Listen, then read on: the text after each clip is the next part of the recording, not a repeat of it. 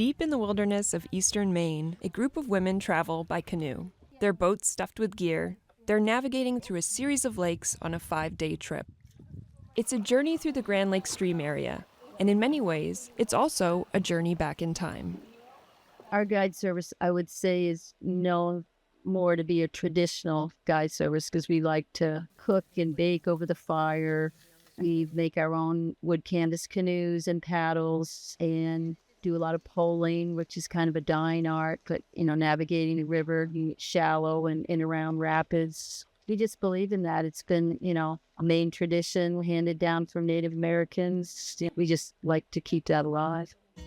A recipient of the legendary Maine Guide Award, Polly Mahoney has led trips for over 30 years.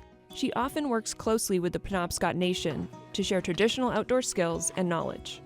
For this particular trip, she teamed up with Jennifer Neptune, a Penobscot guide who she's worked with many times before. Everybody has skills and has knowledge, and if you don't share it, it just sits inside you. But if you share it with another, it could open up a whole world for them. It could open up guiding. It could bring people into the outdoors, or it could lead them somewhere else important. And so as a Penobscot person, tradition only lasts if you share it. We're in the lee of these islands, but then we're going to have a crossing to the mainland. It's going to be very windy. You want to be going into the wave either straight on or at a slight angle. If you start feeling like it's tippy, just kneel. A lot of times, on the first day, people are nervous or they're not sure they can do it. So to see people build their confidence is great. Yeah, a lot of new skills, especially Polly teaching us knots and map skills and paddling skills, all kinds of new skills that I wasn't really even thinking about when I signed up for the trip, and I've really enjoyed that aspect of it. Using the two-man saw took a little bit of getting used to, but I feel like we got into a good groove. Some trip attendees have more outdoor experience than others. Michelle Holmes, for example, has done plenty of canoeing and camping before. When you float a canoe on the water, there's no trace. You've left no impact. I like that you're not carrying the stuff on your back. It's just a different perspective to experience the world from the water. Jackie Starr, a coworker of Holmes, agreed to join her on the trip, even though she's never done anything like it before. I would never have thought to go on a paddling and camping trip. It would never have occurred to me. She said it, and my first thought was, well, that's interesting. Why would I do that? And then I couldn't stop thinking about it and was debating and thinking about how I could learn a new skill. And I really wanted to spend time camping and learning more about camping. And then I asked my 14-year-old child if they wanted to join me on this trip. And when they said yes, that sealed the deal for sure. Good food is a key component of any traditional guided canoe trip in Maine. Cooking over an open flame with cast iron pots and reflector ovens, the guides offer a varied menu, and everyone chips in. The meals have been wonderful, and I think that's my favorite part of the trip so far.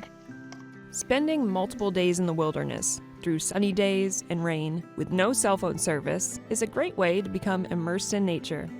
During their time on shore, Jennifer leads walks to share her knowledge about native plants.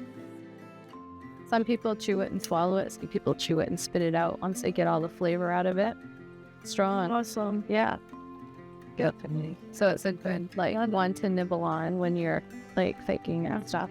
It feels good to bring people out into the place that we think of as home, and it's been our home for thousands of years, and I love being out here, and I like to share that.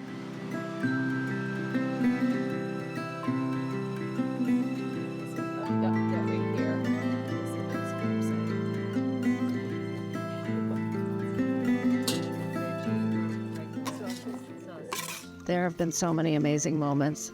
Silent canoeing through that passage with the rocks and loons and turns, and seeing the mountains approaching these different shades of green and gray in the distance with mist everywhere. That was beautiful. Each year, Mahoosuc Guide Service offers a handful of women's-only trips. I really like seeing women in the outdoors being strong. I mean, we can do most things that men can do, except we don't always have the strength. So we have to sometimes adjust because of that. Women's trips are my favorite for all the camaraderie and support that goes on, people trying the new things. Giving people the opportunity to get out into some remote places that they haven't experienced before changes people and changes people's attitude about nature and about wild places. It makes them more comfortable and more likely to want to keep it that way. Unless people care about these places that we love, they're not going to be here in the future.